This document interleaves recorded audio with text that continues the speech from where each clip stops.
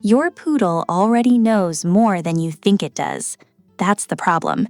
You're dealing with the second smartest breed on the planet, right behind the Border Collie, and that brain is working overtime, whether you're training it or not. They learn fast, scary fast. They remember patterns after 2 or 3 repetitions. They read your body language better than most people do, and they genuinely want to get it right. On paper, that's a dream for potty training. In practice, it's complicated. Because here's what nobody warns you about. A dog this smart doesn't just learn your rules, it learns the gaps in your rules. It figures out which room you never check. It notices that you stop watching after 9 p.m. It learns that if it squats behind the couch, nothing happens. But if it squats in front of you, there's a whole production. That's not defiance, that's intelligence without direction. And most people don't even know what they actually bought. Poodles aren't French lapdogs. They're German water retrievers. The name literally comes from Poodle, which means to splash. That ridiculous haircut? Functional. Hunters shaved the legs for swimming and left puffs of fur over the joints and chest to insulate organs in freezing water. This is a working dog in a fancy coat. Now, layer in the fact that poodles come in 3 sizes, standard, miniature, and toy, and you've got 3 completely different potty training experiences under one braid name. Different bladder capacity, different timelines, different pitfalls. So that's what we're going to break down. Not the generic stuff, the poodle stuff.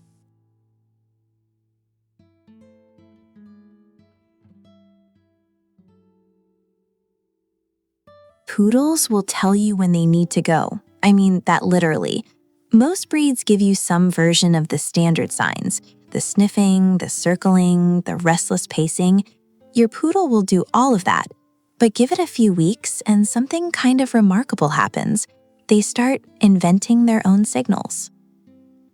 I've seen poodles that sit in front of a door and just stare at it. Not paw at it, not whine, just sit and stare with this look like, I'm being very polite about this and I'd appreciate it if you noticed. I've seen them nudge a leash, walk to the door, walk back to the owner, walk to the door again, like a little shuttle diplomacy routine. One owner told me their mini would pick up a specific shoe and drop it at their feet every single time. The dog taught itself that. And that's the thing about this breed. They don't just react to a full bladder, they problem solve around it. They figure out that communicating gets results, and then they build a whole system. Your job, especially in the first few weeks, is to catch whatever version of I need to go your dog is developing and reward it like crazy. Treat, praise, outside immediately. You want that signal to become the dog's go-to move. Because a poodle that's learned how to ask is a poodle that basically never has accidents again. That's your end game. But you gotta learn the early signs first, before the fancy stuff develops. Sniffing in tight little patterns? Not the casual nose to the ground exploring, but focused, deliberate sniffing in one area. Circling, that sudden freeze where they were playing and just stop. Pacing toward a corner or a door. Any abrupt change in energy, really. If your poodle was doing something and suddenly it's doing nothing, that's your cue. Move. Now here's where size matters again. If you've got a standard, you usually get a solid 30 to 60 seconds between the first signal and the squat. That's enough time to grab a leash and get outside. A toy or mini, you might get 10 seconds, maybe 15. The bladder's smaller, the signal to squat window is tiny, and if you're across the room scrolling your phone, you're too late. With the smaller varieties, you almost need to be watching for signs the way you'd watch a toddler near a pool. That attentive, that ready. Every poodle I've worked with develops its own specific tell within the first couple of weeks. Your dog's tell won't look exactly like anyone else's, so pay attention early, figure out what yours does right before it goes, and then this is the important part. Make that signal the most rewarding thing your dog does all day.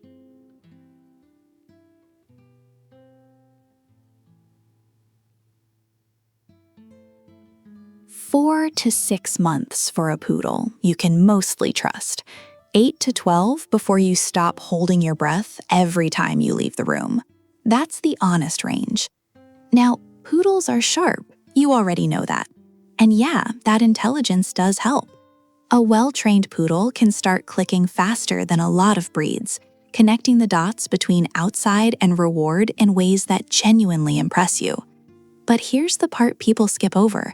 That only kicks in if you're matching their consistency. Your poodle's brain is not the bottleneck. You are.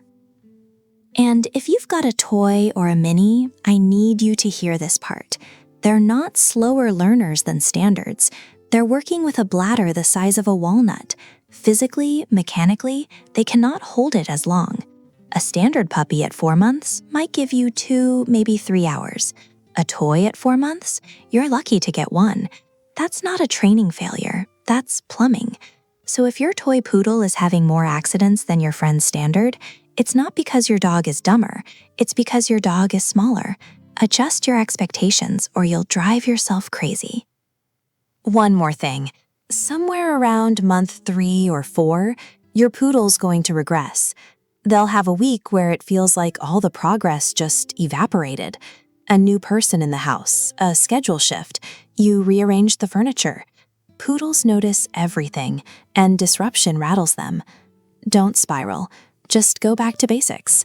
Shorter intervals, more supervision, more praise. They'll bounce back. They always do.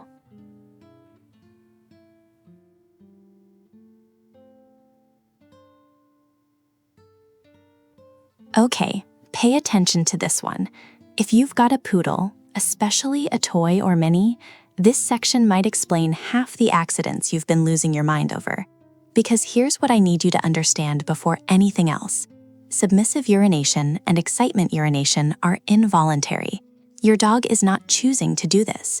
They're not defying you. They're not untrained. Their body is doing something their brain didn't sign off on. And until you genuinely absorb that, you're going to keep reacting the wrong way and making it worse. Submissive urination, that little dribble or puddle that shows up when you scold them, when you stand over them, when you make hard eye contact, when your voice gets sharp. It's a stress response. Your poodle is saying, in the only language they've got, "I'm not a threat. Please don't be upset with me." And poodles are wired for this more than most breeds. They read your mood like a book. They feel your frustration before you've even raised your voice. That emotional sensitivity that makes them such incredible companions, same wiring that makes them pee when they're scared. You don't get one without the other. Excitement urination is the other side. You walk through the door, they're so happy, they literally can't contain themselves. And I mean that literally. Young poodle puppies especially. Visitors come over, playtime starts, and there's a little trail of pee following them around. They're not even aware it's happening. So, and I cannot stress this enough, you never, ever punish either one. Not a raised voice, not a no, not the look, nothing. With submissive urination especially, punishment creates more anxiety, which creates more urination, which creates more punishment. It's a spiral. And I've seen it turn a mild case into a serious behavioral issue in weeks. For submissive peers, keep your greetings calm, low energy. When you approach, crouch down sideways. Don't tower over them. Skip the direct eye contact. Build their confidence up with praise for things they do right, not corrections for things they do wrong. Every time you make your poodle feel safe and competent, you're treating the actual problem. For excitement urination, make your homecomings boring. I know, it's hard. They're so excited and you missed them too. But ignore them for the first 30 seconds. Better yet, greet them outside or right next to their potty spot. So if it happens in the right place. Toss a toy to redirect that energy somewhere that isn't their bladder. Good news? Most poodles grow out of excitement urination as they mature, and submissive cases get better as confidence delts, which it will if you stop accidentally tearing it down.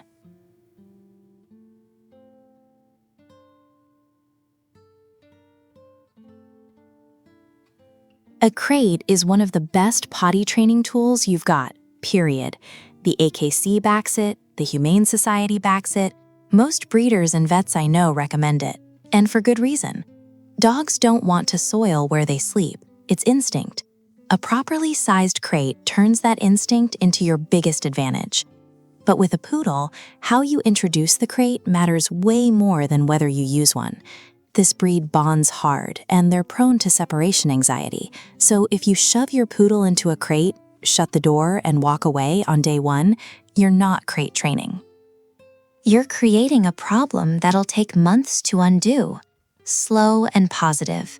Treats inside, door open, let them wander in and out. Short sessions. Build up. Make it the place they choose to go when they want to decompress, not the place they get locked in when you're annoyed. Use it at night, when you're out for a bit, and when you genuinely can't supervise. Those are the sweet spots. Size it right for your poodle's variety. Big enough to stand up, turn around, and lie down comfortably. Not bigger. Too much space, and they'll just pee in the corner and sleep on the other side, which defeats the whole point. And I gotta be direct about this. If you work a 9 to 5, your poodle cannot live in that crate all day. 8-9 hours is too long for any dog. But for a poodle, a breed that needs people, that needs mental stimulation, that genuinely suffers when isolated, it's not just a potty problem, it's a welfare problem. Get a dog walker, look into daycare, figure something out. The crate is a tool, not a storage unit.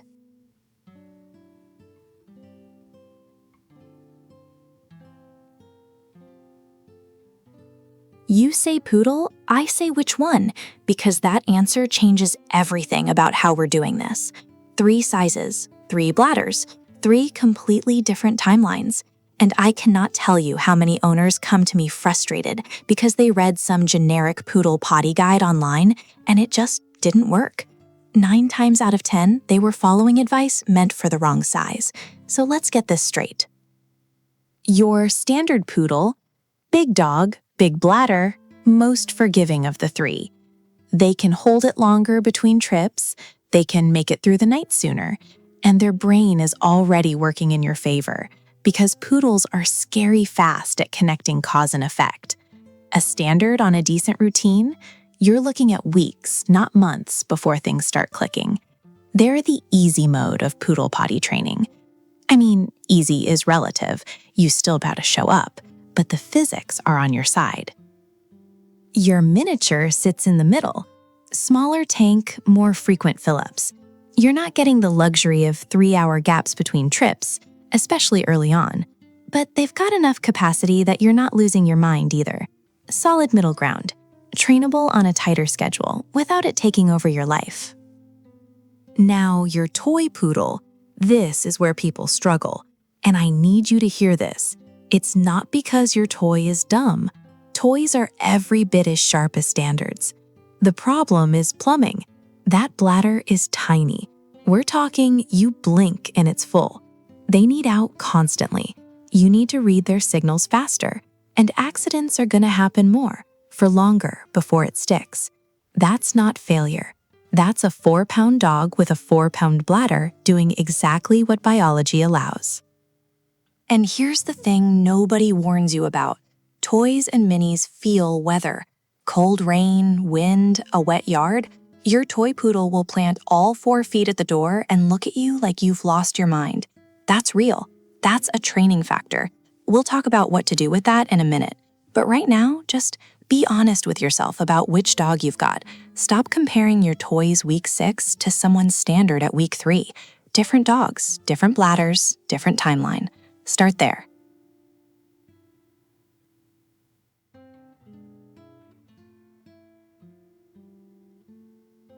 Your poodle remembers things, like actually remembers.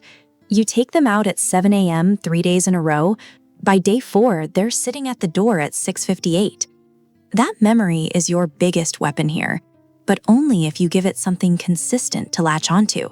So we're building a schedule, not a vague take them out a lot plan, an actual timed, boring, predictable routine. Same times, same order, every single day. Start with meals. Feed at the same time every morning, same time every evening. I don't care if it's 7 and 5 or 8 and 6. Pick times and lock them. Because here's what consistent feeding gives you: consistent output. What goes in on a clock comes out on a clock. You can almost set your watch by it once the pattern takes hold. That's not a cute saying. That's genuinely how digestion works. Predictable meals make predictable bathroom windows, and predictable bathroom windows mean you can be standing outside with your dog at the exact right moment instead of cleaning your carpet 20 minutes too late. Now layer in the non-negotiables. Your dog goes out first thing after waking up. Not after you make coffee, not after you check your phone. First thing. Then shortly after every meal. After every nap. After any play session that got them excited. After they come out of the crate. And last thing before bed. Those are your guaranteed windows. For a standard, you can space trips maybe 2 to 3 hours apart during the day, depending on age. A mini needs tighter gaps, closer to 90 minutes to 2 hours early on. A toy, every hour isn't overkill. I know that sounds brutal. It is. But it's temporary, and it's the difference between a house-trained dog and a dog who's mostly trained with a pee spot behind the couch you pretend not to know about. One more thing, and I'm serious about this. Everyone in your house has to run the same program. Same door, same cue word, same spot outside. Every time. A poodle is smart enough to learn your system fast. They're also smart enough to get completely thrown off when your partner uses the back door, your kid uses a different command, and your mom lets them skip the post-meal trip because they didn't seem like they needed to go. That's not the dog failing. That's the humans running 3 different training programs and wondering why the dog looks confused. Because the dog is confused. Pick one door. Pick one word. Stick to it. Boring wins this game.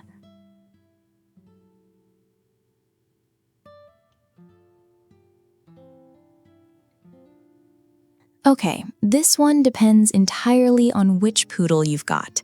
I'm not going to give you a blanket yes or no because that'd be lazy and also wrong. If you've got a toy or a mini, especially a young one in an apartment, or you're dealing with a rainy season and a dog who'd rather hold it till they burst than step on wet grass, pads can make sense. I'm not thrilled about saying that, but I'm also not going to pretend it's realistic to sprint down 4 flights of stairs every 45 minutes with a toy poodle puppy in January. Pads give you a legal place for them to go when the logistics don't cooperate. That's valid. Standard poodles, skip the pads, go straight to outdoor training. They've got the bladder for it, they've got the size for it, and introducing pads just gives a smart dog permission to go inside. Permission you're going to have to unteach later. It's an extra step you don't need. And that's the real risk with pads for any poodle, honestly. These dogs learn fast. You put a pad down, they learn inside is a bathroom. Great. Now try explaining that inside is not a bathroom anymore. With a breed this sharp, that mixed signal can genuinely slow you down. They're not being stubborn about the transition. They're doing exactly what you taught them. So when do pads actually earn their place? High-rise apartment, no fast outdoor access, owner with mobility limitations, unvaccinated puppy in a parvo-heavy area where the ground outside is genuinely risky, extreme cold with a tiny dog who physically cannot tolerate it. Those are real reasons. But treat pads as a bridge, not a destination. Have a plan for when they come up, because if you don't set that transition date, you'll still be buying pads 2 years from now and calling it a backup system. It's not a system, it's a habit. Yours, not the dog's.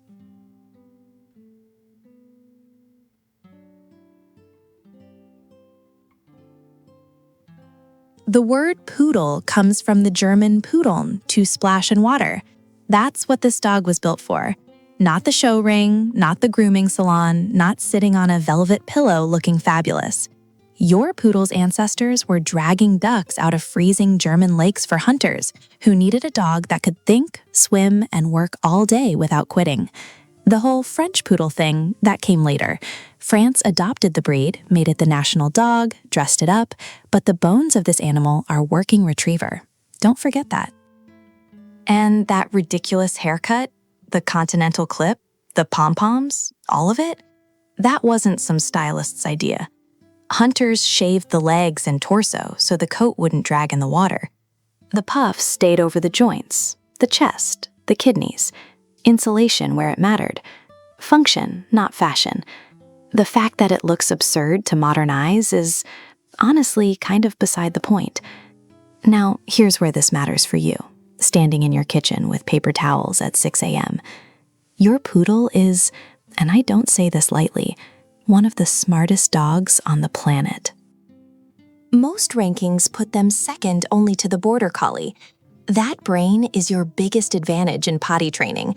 They pick up routines fast, scary fast sometimes. But, and this is the part people miss, that same intelligence means they get bored, they test you, they notice when you skip a step, when you're half-assing the schedule, when you let something slide on Tuesday that you corrected on Monday. A poodle doesn't just learn your rules, they learn your exceptions. You've got 3 size varieties: standard, miniature, toy. And we're going to come back to the size thing because it changes the timeline and the bladder math pretty significantly. But all 3 share the same wiring: handler-focused, eager to work with you, emotionally tuned in to a degree that will surprise you if you've only had, like, a lab before. So potty training a poodle, think of it as a collaboration. Their retriever brain wants a job, wants structure, wants to get it right. That's your leverage. Harsh corrections, yelling, getting visibly frustrated, that fights against everything this dog is built to do. You're not commanding obedience out of a poodle. You're partnering with a dog that actually wants to figure this out. Oh, and one more thing, because it'll matter later. This is a water dog. Rain doesn't bother them. Wet grass doesn't bother them. You will not have the "my dog won't go outside because it's drizzling" problem that half the breeds on Earth give their owners. That's a genuine head start. Use it.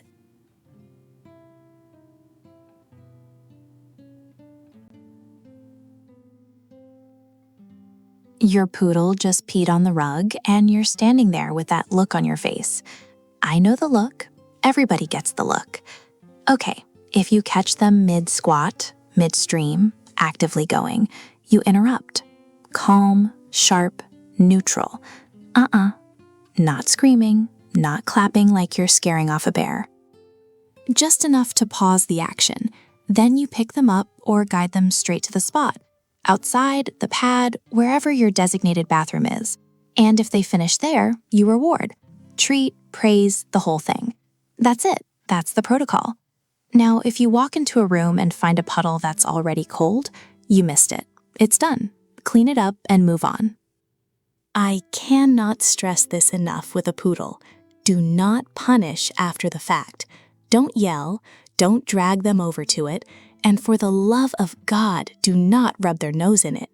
That advice should have died in the 80s, but it keeps showing up in comment sections like a zombie that won't stay down. It doesn't teach your dog anything, except that you're unpredictable and kind of scary. And with this breed specifically, that's a disaster.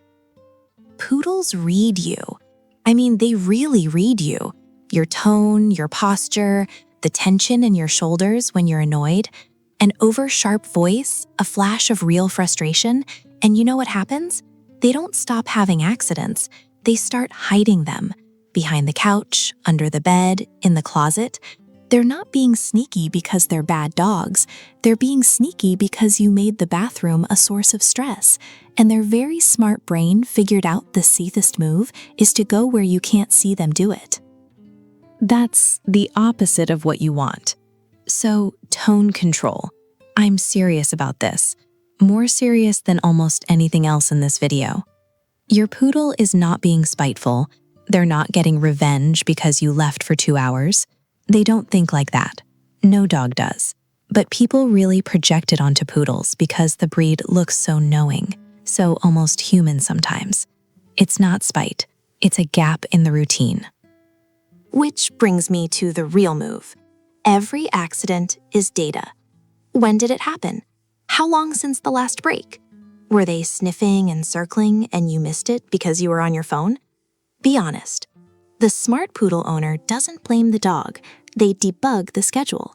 Something broke down upstream. Find it, fix it, and the accidents dry up. One last thing, cleanup. Use an enzymatic cleaner. Not vinegar, not soap, not whatever's under your sink. Enzymatic. It breaks down to scent markers at a molecular level, because your poodle's nose is better than yours. And if that spot still smells even faintly like a bathroom to them, that's where they'll go again. You think it's clean, they know it's not.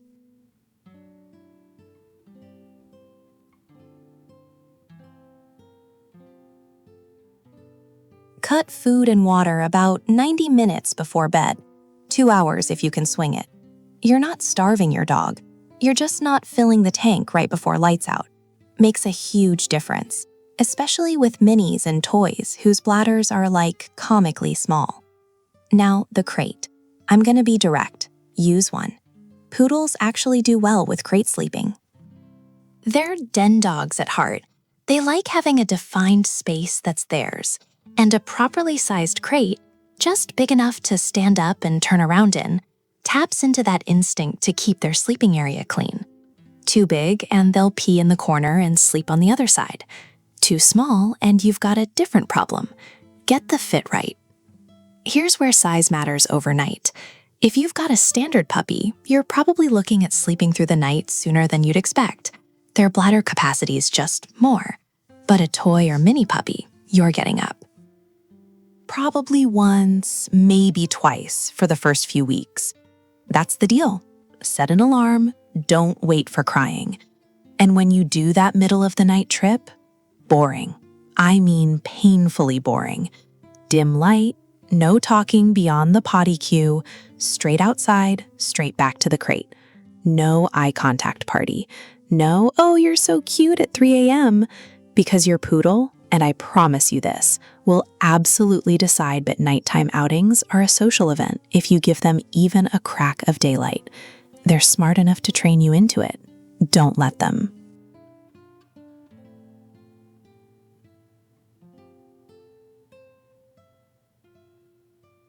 Your poodle loves you, like probably too much, and I mean that in the nicest possible way, but also in the way that's about to cause you a very specific problem. Poodles are Velcro dogs. They bond hard, they read your mood better than most humans do, and that emotional intelligence comes with a cost. They genuinely struggle with alone time. This isn't a quirk, it's breed wiring. And when a poodle gets anxious about being left alone, one of the first things to go is their potty timing. You'll come home to an accident from a dog who hasn't had one in weeks, and your gut reaction is going to be, they knew better. They did know better. They were also panicking. Stress urination isn't a house training failure. It's anxiety with a physical symptom. Punishing it, and I can't stress this enough, makes everything worse. You're now a dog who's anxious about being alone and afraid of what happens when you get back. That's a spiral. So what do? You desensitize gradually. Practice leaving for 30 seconds, then a minute, then 5. Keep departures and arrivals completely boring. No dramatic goodbyes, no excited reunions. Leave a puzzle toy or a frozen Kong to keep that big brain occupied. And the crate? Maybe it helps, maybe it doesn't. Some poodles find it calming. Others feel trapped and the anxiety spikes. Watch your dog. If they're drooling, panting, clawing at the door, the crate isn't working for them. Adjust.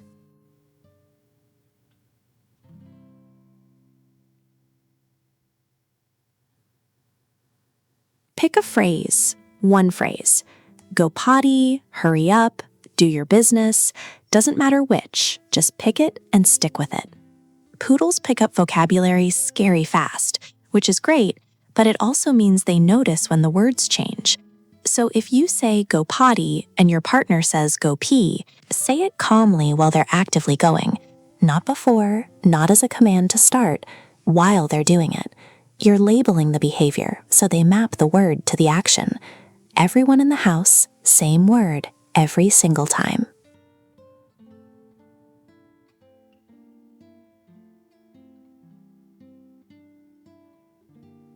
Pick the spot before your poodle even walks through the door.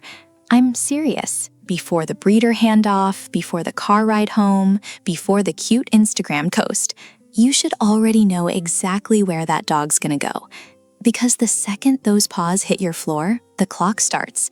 And if you're still wandering around your yard going, maybe over here, you've already lost the first rep. So what makes a good spot? 3 things. It's gotta be easy to get to, like 15 seconds from your door, max. It's gotta be a little out of the way, because poodles actually care about that. They're particular, more than most breeds. Your poodle doesn't want to squat in the middle of a busy sidewalk with joggers going past. Give him a corner, a hedge line, something with a little privacy. And it's gotta work in every season. Now here's the good news. You've got a water dog. Most poodles genuinely don't care about rain. A bulldog will plant itself at the door and look at you like you've betrayed them the second it drizzles. Your poodle couldn't care less. Wet grass, light rain, puddles, they'll walk right through it, so your outdoor spot stays usable pretty much year-round. Surface matters. Grass is the classic, works great, easy for them to read as bathroom. Pea gravel drains well and keeps paws cleaner. A lot of breeders actually start puppies on it. Mulch is fine, but gets soggy and holds bacteria if you're not swapping it out. Pick one, stick with it. Now, if you've got a toy or a mini and you're in an apartment or you're somewhere with brutal winters, an indoor setup is completely legitimate. Pee pads, fresh frass patches, even a litter tray. I know some trainers act like indoor options are cheating. They're not. A 6-pound toy poodle puppy with a bladder the size of a walnut doesn't need to ride an elevator 14 floors in a Chicago January. Be practical. Standards, though, just go outside. They're big enough. They can handle it. Once you pick the spot, don't move it. I mean it. Your poodle's scent memory is sharp, and they build a mental map fast. Moving the spot resets that map and buys you confusion you didn't need.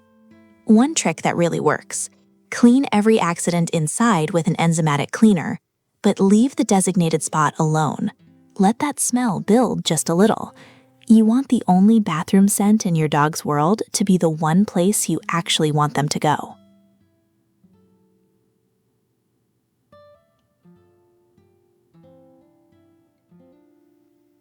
Your poodle is gonna have accidents, full stop.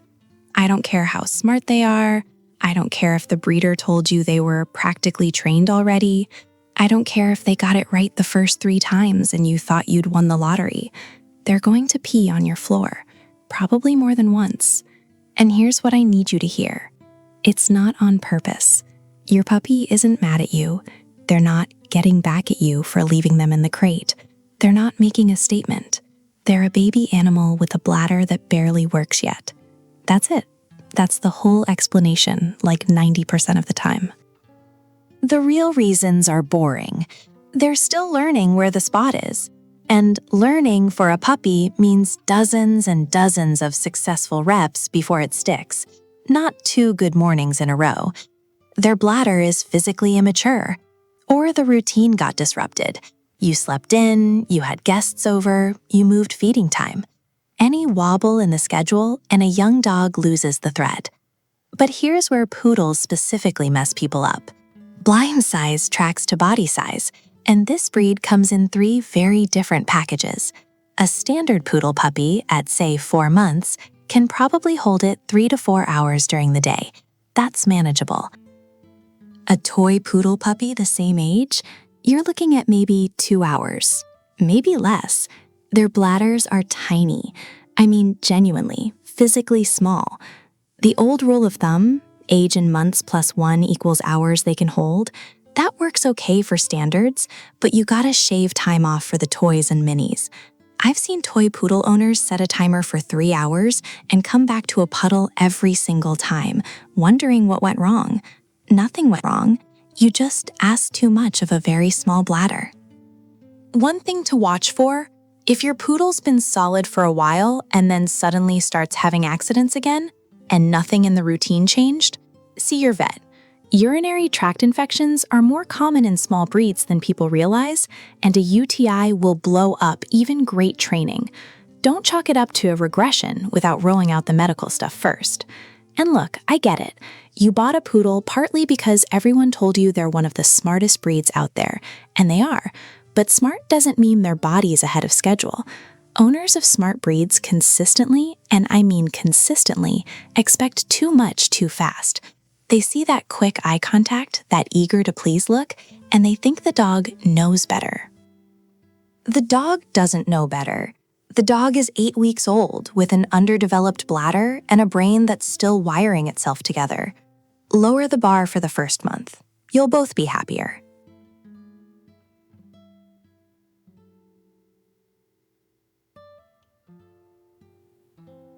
This part's about you, not the dog.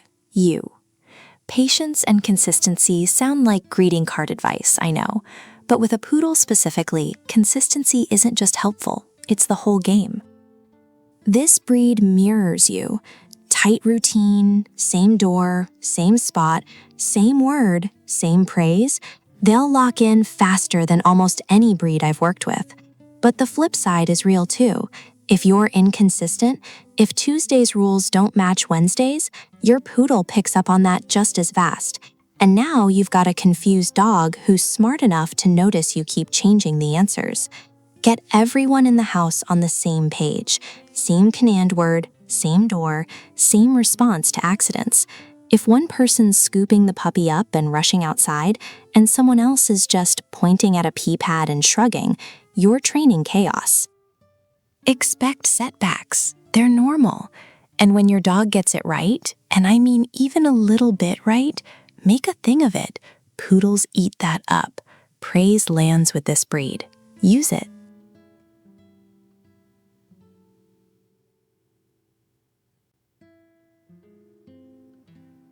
Your poodle is probably already trying to tell you when they need to go. The problem is you're not catching it. A little nose nudge at the door, a half glance in your direction. Maybe they circle once and you're on your phone, and then there's pee on the rug. Bell training fixes that. It takes the guesswork out completely. The idea is simple. You hang a bell near the door, dog rings the bell, you open the door, dog goes outside to potty. That's it. That's the whole system. And I'm bringing it up specifically because poodles are, honestly, they're kind of built for this. You've got the second smartest breed on the planet sitting in your living room. They don't need 30 repetitions to connect the dots. Ring bell, door opens, I go outside. Most poodles lock that chain down inside a week, sometimes less. Now, equipment matters depending on what size poodle you're working with. If you've got a toy or a mini, you want something lightweight, a small set of jingle bells on a ribbon, hung low enough that their nose actually reaches it without stretching. For a standard, you can go with the classic hanging sleigh bells on the doorknob, or one of those floor-mounted push buttons. Either works. Just make sure it's at nose height. A bell your dog can't reach is just decoration. Teaching it is straightforward. Every single time you take them out to potty, you guide their nose to the bell first. They touch it, even accidentally, you open that door immediately and treat them the second they go outside and do their business. With a poodle, the association clicks fast, like suspiciously fast. And that's actually where the problem starts. Because here's what nobody warns you about with smart breeds. Your poodle will figure out that ringing the bell gets the door open, period. Not just for potty. For everything. They're bored? Bell. They saw a squirrel? Bell. They just want to sniff the neighbor's fence for 10 minutes? Bell, bell, bell. So you've got to be disciplined about this. When they ring that bell, you take them out, you go straight to the potty spot, you wait 2 or 3 minutes, and if nothing happens, you come right back inside. No sniff tour, no play session. Make every bell trip boring unless they actually go. Otherwise, you're not bell training. You're just installing a room service button for a dog that's way too smart to not abuse it.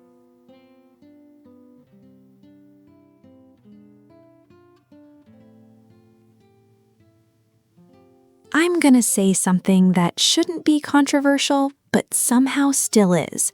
Positive reinforcement is the only way to potty train a dog. The AVSAB says it, the AKC says it, the Humane Society says it, I say it. And with a poodle specifically, this isn't even a discussion. It is non-negotiable. Think of it like a paycheck. Your dog does the thing you want, pees outside, and they get paid. High-value treat, right there on the spot within 2 seconds of finishing. Not when you're back inside, not after they've done 3 other things, right there. That's the paycheck. And with poodles, you've actually got a bonus tool that doesn't hit as hard with a lot of other breeds. Praise. Real enthusiastic, kind of embarrassing praise. Your poodle cares deeply about what you think of them. They're wired for your approval in a way that, I don't know, your average beagle just isn't. So when they potty outside and you light up like they just won the Nobel Prize, that lands, that registers. Use it. Now the flip side, and I need you to really hear this part. Poodles are emotionally soft dogs. Not weak, soft. There's a difference. If you yell at your poodle for an accident, if you rub their nose in it, if you even just give them that sharp, disappointed voice, you're not correcting the behavior, you're breaking something. They won't learn to potty outside. They'll learn to potty where you can't see them, behind the couch, in the closet, in the guest room with the door closed. Because now they think peeing is the problem, not peeing inside. And once a poodle starts hiding accidents from you, that's a harder fix than what you started with. You've traded a potty training problem for a trust problem. Harsh corrections backfire faster with this breed than almost any other I've worked with. So just don't. Reward the good, ignore the bad, clean it up, and move on.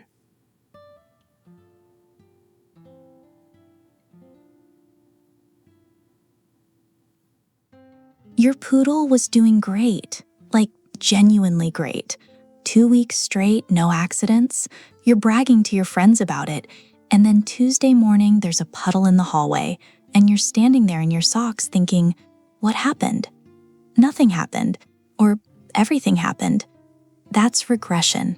And with poodles, it's not a matter of if, it's when. Look, every breed goes through regression, but poodles, they feel things. I mean, really feel things. This is a dog that notices when you rearrange the living room furniture. They clock your mood before you do. So when something shifts in their world, you went back to work after a week off, someone new moved in, you changed their feeding time, you took a trip and left them with a sitter, they don't just notice, they absorb it. And that stress has to go somewhere. With a lot of breeds, stress shows up as chewing or barking. With poodles, it often shows up as potty accidents. Especially if there's any separation anxiety in the mix, which, let's be honest, there usually is with this breed. They're Velcro dogs. They bond hard.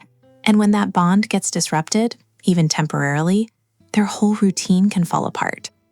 And then there's the intelligence thing, which people love to brag about but don't always think through. A bored poodle is a creative poodle. And a creative poodle who's been left alone with nothing to do will absolutely test boundaries just to see what happens. I've seen it 100 times. Perfectly house-trained poodle starts peeing in a specific spot. Same spot, every time. And the owner's like, is he doing this on purpose? Yeah. Kind of. He's not being spiteful. That's not how dogs work. But he is communicating. He's understimulated, and he's pushing back the only way he knows how. Now, the other triggers are the usual suspects.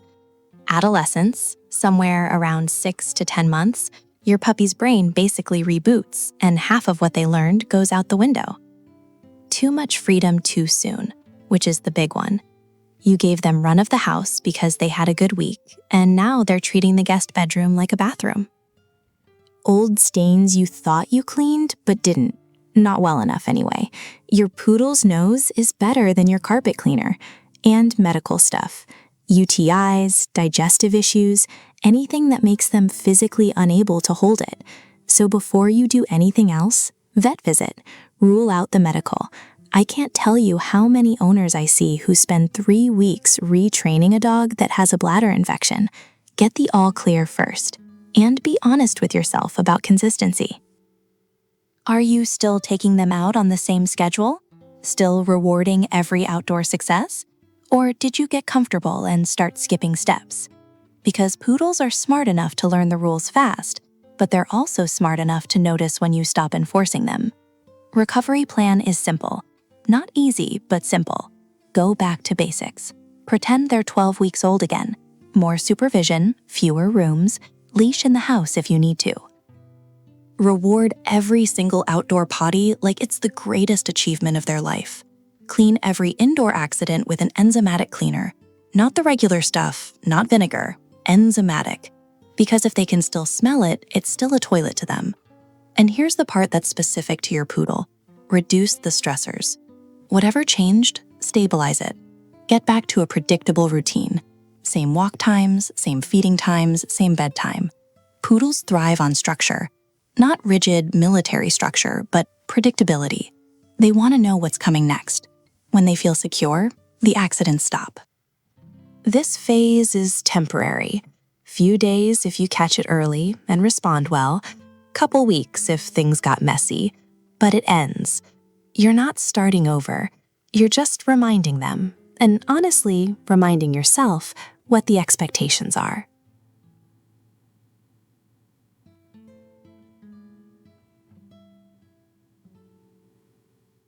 Before your poodle puppy sets one foot in your house, you need stuff ready. Not I'll grab it this weekend ready. Ready. Because the second that puppy crosses your threshold, the clock starts on potty training, and you don't want to be running to the pet store while they're peeing on your rug. Food and water bowls, stainless steel, easy to clean.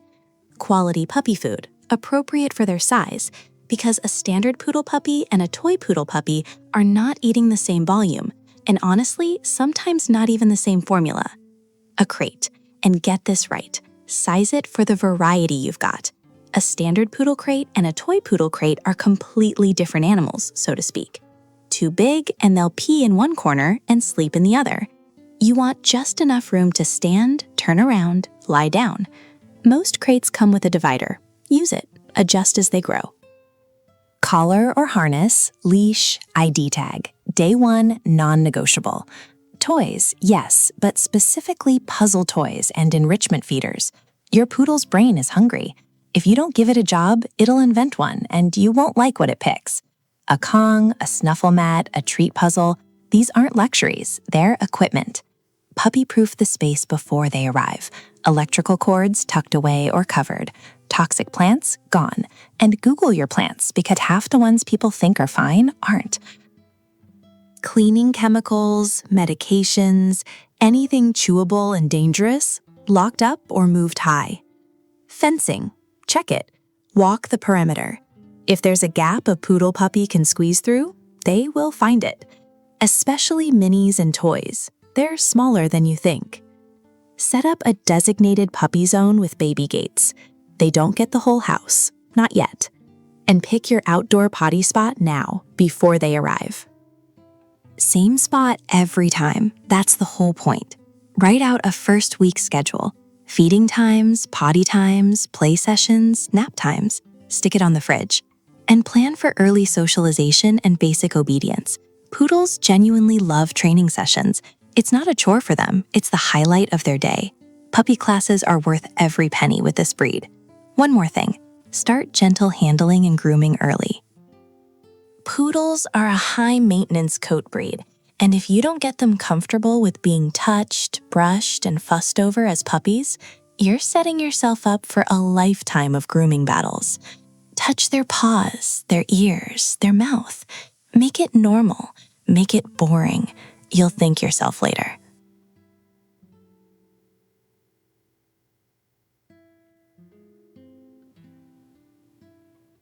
I'm gonna be blunt. An under-socialized poodle is an anxious poodle, and an anxious poodle is a poodle who pees in your house. The connection is that direct. Poodles who don't get enough early exposure to the world tend to go one of two ways.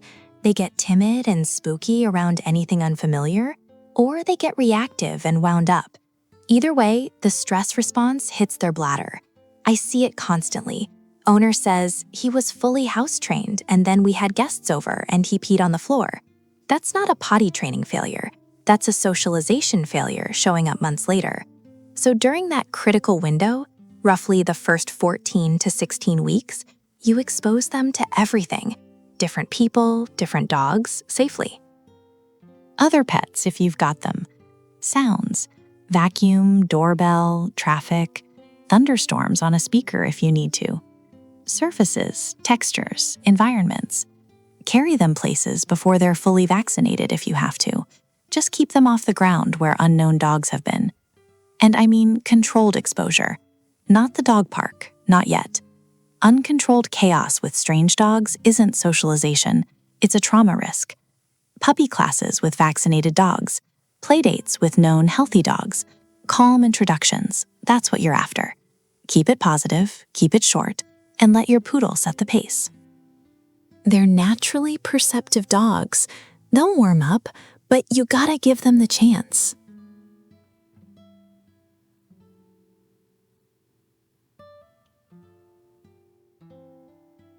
Your poodle puppy just peed on the floor 20 minutes after the last trip outside, and you're standing there thinking, I literally just took you out. Yeah, welcome to the first thing nobody warns you about. There's a rough guideline, AKC backs it, that says a puppy can hold it about 1 hour per month of age. 3 months old, 3 hours. 4 months, 4 hours. And look, it's a decent starting framework. But it's not physics.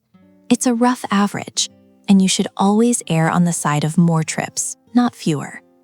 But here's where it actually matters for you. Poodles come in 3 sizes, and that formula was not built with a 7-pound toy poodle in mind. A 3-month-old standard poodle? Yeah, 3 hours is probably in the ballpark. A 3-month-old toy or mini? You're dreaming. That bladder is the size of a walnut, maybe smaller.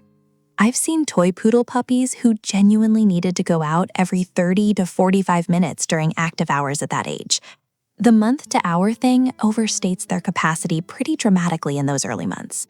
If you're running a toy or mini on the same schedule you'd use for a lab puppy, you're setting both of you up to fail. And it's not just size. Activity level matters. A puppy who's been wrestling with a toy for 20 minutes needs to go out right after, regardless of the clock. Same after eating, same after napping. They wake up, they need to go. Immediately. Not in 5 minutes. Now. One more thing, and I mean this. Never test the upper limit. Don't treat the guideline like a challenge to see if they can make it. Forcing a puppy to hold it longer than they're physically ready for leads to urinary tract infections. And small poodles, toys especially, are more vulnerable to UTIs than bigger dogs. Their plumbing is just smaller, more delicate. Be proactive. Take them out before they need to go. That's the whole game.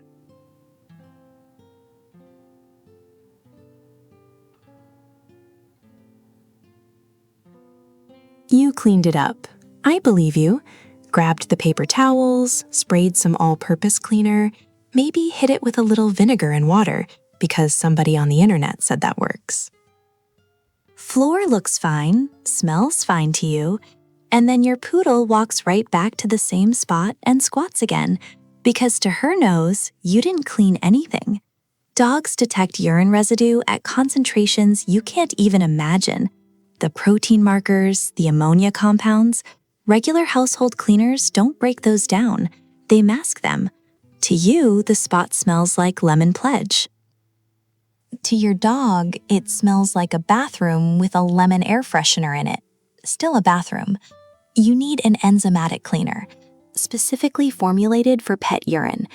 The enzymes actually consume the organic compounds that your poodle's nose is locking onto. Nothing else does the job. Not bleach, not vinegar, not baking soda.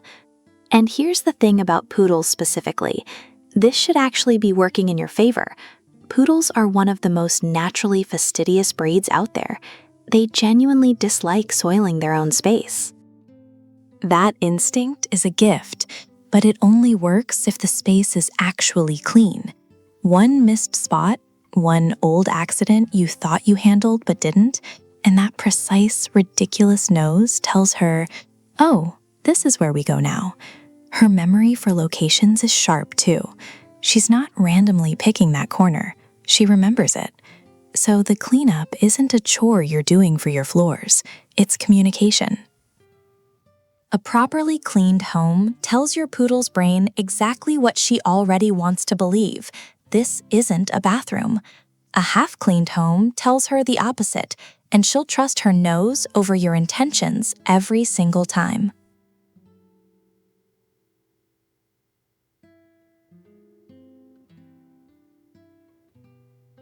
I get asked this a lot.